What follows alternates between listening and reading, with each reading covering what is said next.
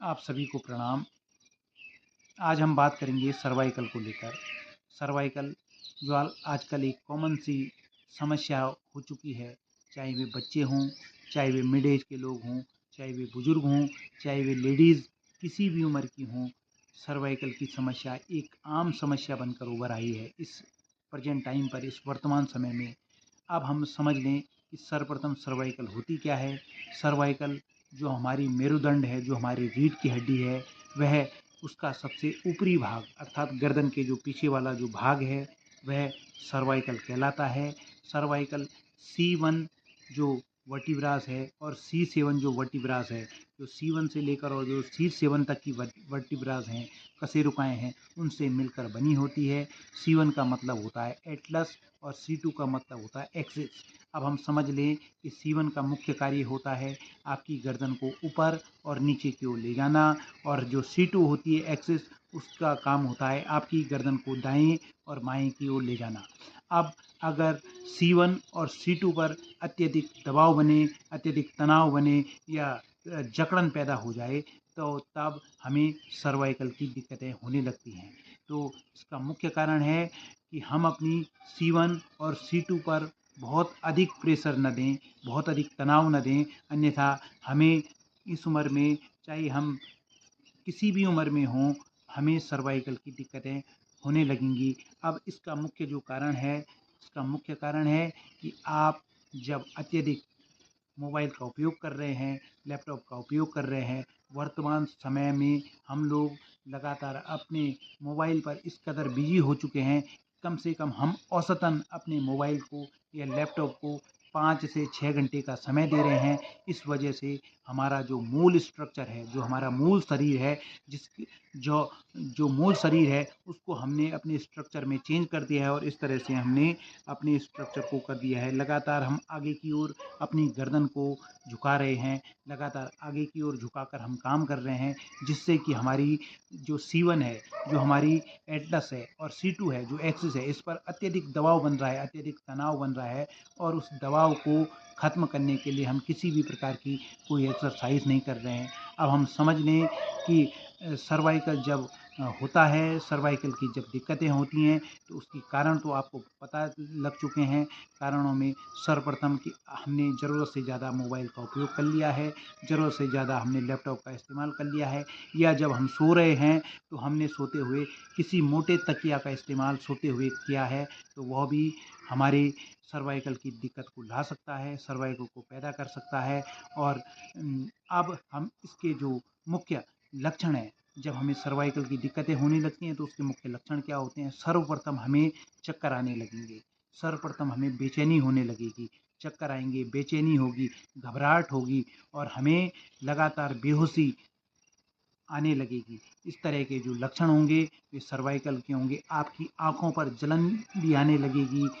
तो यह सारे लक्षणों से सर्वाइकल का सिम्टम होता है कि यह सारे लक्षण यह इंडिकेट करते हैं कि आपको सर्वाइकल हो रही है, या उसके शुरुआती लक्षणों में आप इस समय हैं।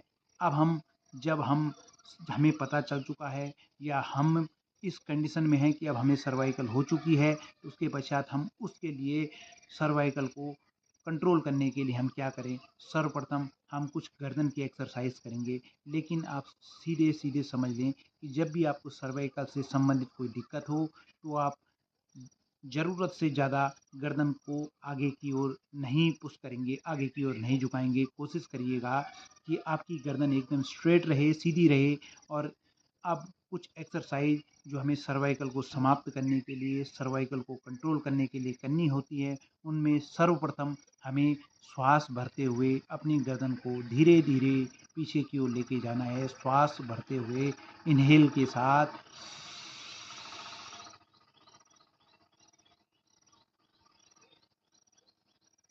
और एक्सहेल के साथ धीरे धीरे नीचे की ओर लाइएगा। अपनी चिन को आपने अपनी थायराइड तक नहीं ले जाना है, केवल स्ट्रेट रखना है। जो कि आप सामान्य जो आपका पोस्चर होगा, बस वहीं तक आपको अपनी गर्दन लानी है। फिर आपको कम से कम 3 से 5 बार यह क्रिया को रिपीट करना है। फिर श्वास लेते हुए ऊपर की ओर लेके जाना है।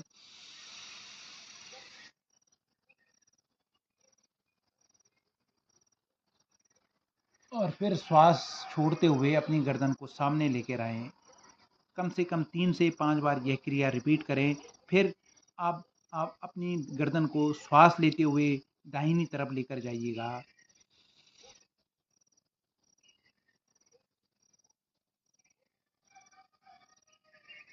और फिर श्वास छोड़ते हुए सामने लेकर आएँ। फिर श्वास लेते हुए इन्हेल के साथ बाईं तरफ लेके जाइएगा।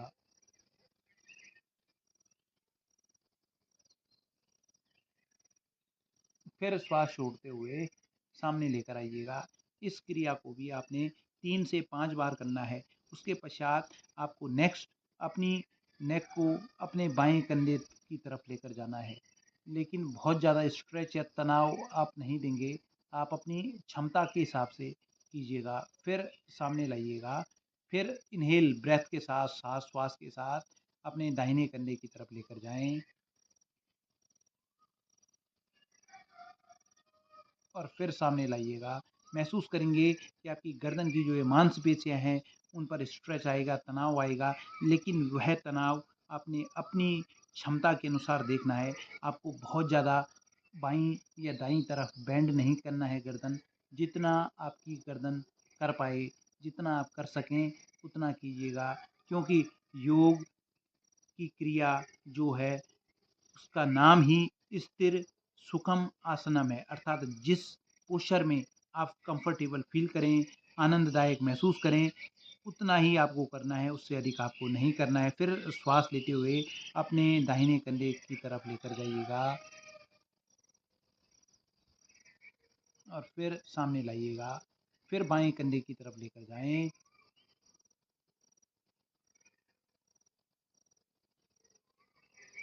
और फिर सामने लेकर आएं। अब इसी में आप धीरे धीरे अर्ध चंद्राकार जीरो बनाइएगा। अर्धचंद्राकार अर्थात आपने लेफ्ट कंधे से लेकर और राइट कंधे तक अपनी गर्दन को ले जाना है। फिर राइट कंधे से अपने लेफ्ट कंधे तक आपने अपनी गर्दन को ले जाना है। ध्यान रखिएगा कि आपने गर्दन को नीचे की तरफ नहीं लाना है। किसी भी हाल में आपकी गर्दन नीचे की तरफ नहीं आएगी। यह जो क्रियाएं हैं ये आप बहुत स्लोली करेंगे, धीरे धीरे करेंगे, क्योंकि आप सर्वाइकल से पीड़ित हैं। आपको सर्वाइकल की समस्या हो सकती है, क्योंकि वर्तमान समय इतना गलत समय है कि आप बिना लैपटॉप और बिना मोबाइल के हम लोगों का काम भी नहीं हो सकता है, या हम लोग लगातार बिना मोबाइल और लैपटॉप के रह भी नहीं सकते हैं। तो उसका उपयोग करना भी ज़रूरी है, लेकिन साथ में अपनी गर्दन की जो क्रियाएं हैं, उन जो सर्वाइकल को जो रिलैक्स जो क्रियाएं देंगी, जो आनंद देंगी, जो सर्वाइकल को ख़त्म करेंगी जो क्रियाएं, वो क्रियाएं भी हमको रेगुलरली करनी है। अब इन्हीं क्रियाओं को आप 3 से 5 बार करेंगे तो आपको अवश्य ही फ़र्क पड़ेगा, लेकिन ध्यान रखिएगा कि 2 या 3 दिन से यह होगा नहीं। आपको लगातार कई दिनों तक, कई हफ्तों तक ये क्रियाएँ करनी पड़ेंगी, तब जाकर आपको आराम मिलेगा। इसी तरह की अन्य जानकारियों से संबंधित, योग से संबंधियों से जानकारियों को लेकर आप हमें फॉलो करें, शेयर करें और सब्सक्राइब करें और लगातार हमारे साथ बने रहें। धन्यवाद और प्रणाम।